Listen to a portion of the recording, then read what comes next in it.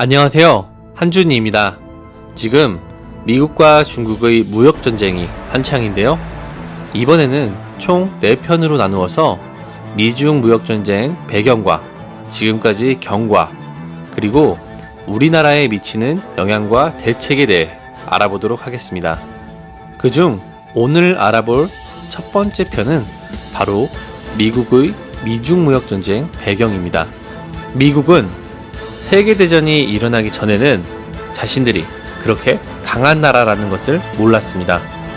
세계대전을 통해 자신의 강함을 알게 되고, 특히 제2차 세계대전 후에는 황폐화된 유럽을 제치고 급부상했는데요.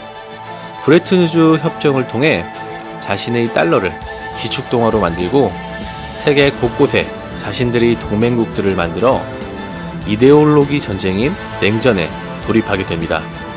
미국이 소련을 상대로 최강국으로 남기 위해 실로 무자비한 경제 공세를 퍼부었고, 전쟁으로 인해 파괴된 유럽에 무려 수백 조의 달러를 쏟아부어 결국 소련의 백기를 이끌어냈습니다.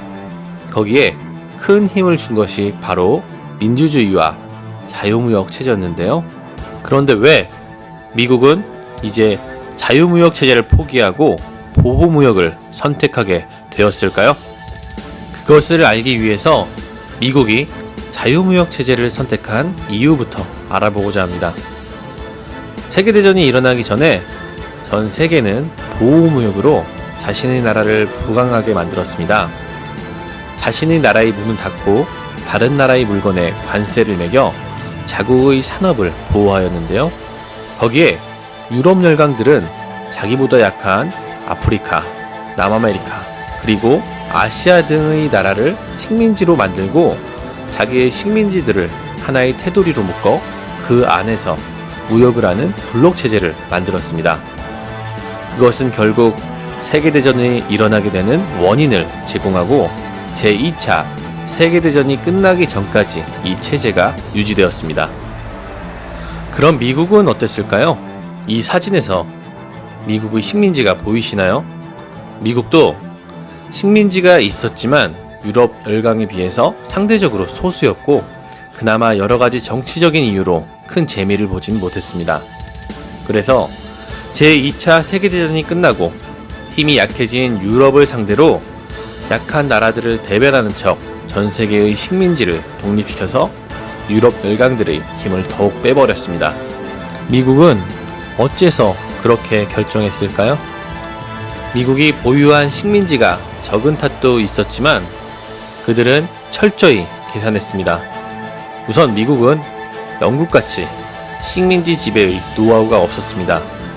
또한 영국이 식민지를 유지하기 위해 얼마나 많은 군대와 막대한 군비를 사용했는지, 그게 얼마나 비효율적인지 잘 알고 있었습니다.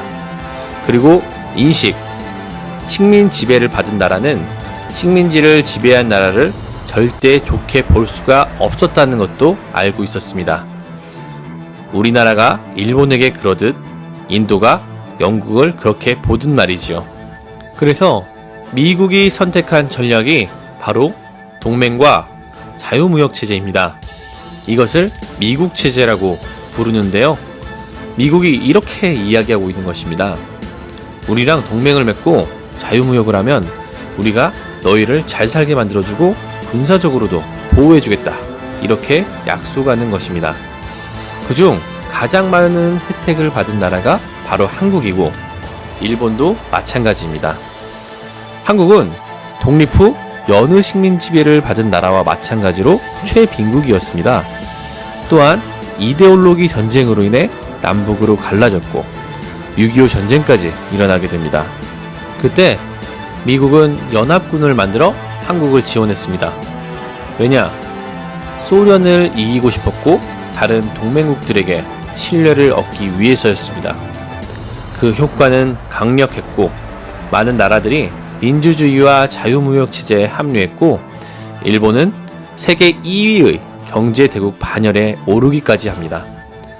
하지만 중국은 남몰래 힘을 키워왔으며 결국 일본을 제치고 G2에 오르게 됩니다. 중국은 세계에 이렇게 말하고 있는 것입니다.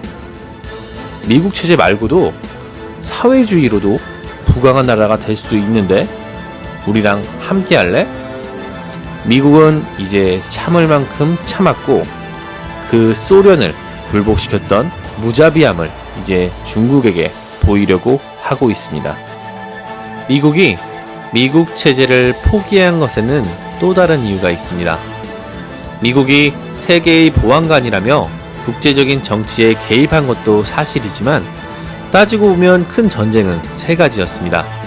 바로 6.25 전쟁, 베트남 전쟁, 그리고 중동에서의 전쟁입니다.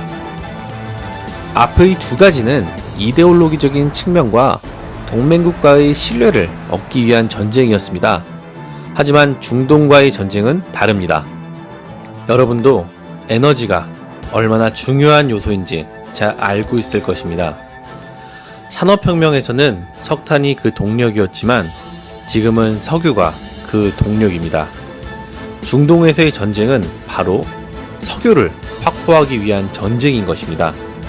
사실 따지고 보면 세계의 보안관을 자처하며 군비를 축적한 이유 역시 자국에 필요한 석유를 안전하게 미국으로 수입하기 위한 전략 중 하나였습니다. 하지만 2000년대 초반 셰일가스의 효율이 증가하고 결국 셰일 혁명이 일어나게 됩니다.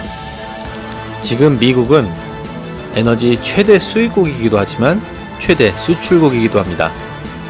즉, 미국은 더 이상 천문학적인 돈을 쓰면서 석유를 안전하게 본국으로 수송할 이유가 없어진 것입니다. 더 이상 세계의 보안관을 자처할 이유도, 위에서 말한 미국 체제를 유지할 이유도 없어진 것입니다.